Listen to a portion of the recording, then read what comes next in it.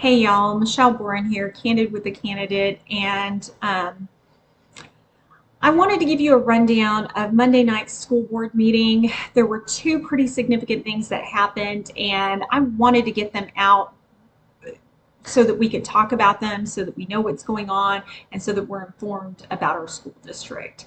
The first one being the school budget, and I'm going to actually talk about that in a separate video. I want to make sure and give that the attention that it's due because school budgets are big and complicated, but it's something that we can all understand together, and I want to make sure I get that out to you guys. The second thing being the agenda, transparency and accountability. So let's get into it.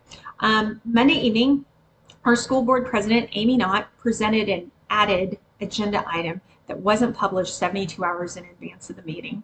She had a handout she gave to all of the board members and they discussed it, but it was not on the agenda. She even said, this isn't on the agenda, but I'm going to do it anyway.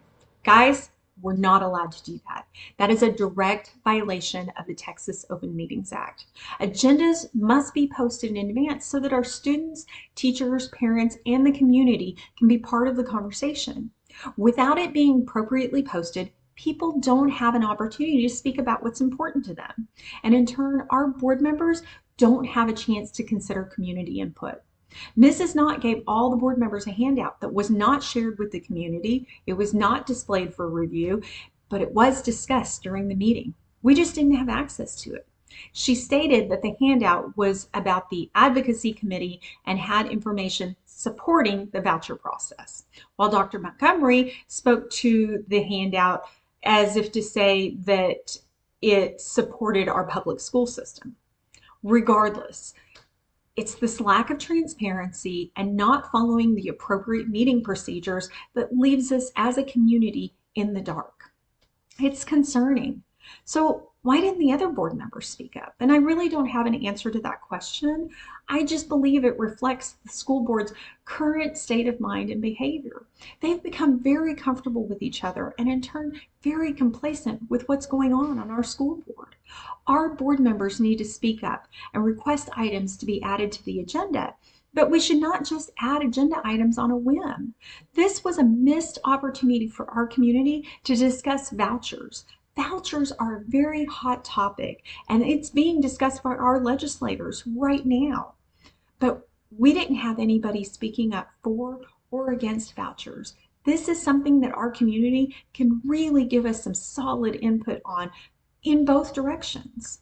So what does this tell you? It tells you that our current school board, the way it sits, is becoming very comfortable in rubber stamping and overlooking some very significant details. I went ahead and submitted an open records request for the information that was handed out. If I get that, I will certainly share that with y'all before the next meeting. But our board members, our superintendent, our school board president, they're not bad people. They've just become very comfortable with where they're at and who they're with right now. And it's time for someone new. It's time for someone who cares about details and transparency and who has a different background than the rest of the school board. We don't need another educator on the board. We already have that. We need fresh perspectives, diverse representation, and someone who cares about transparency.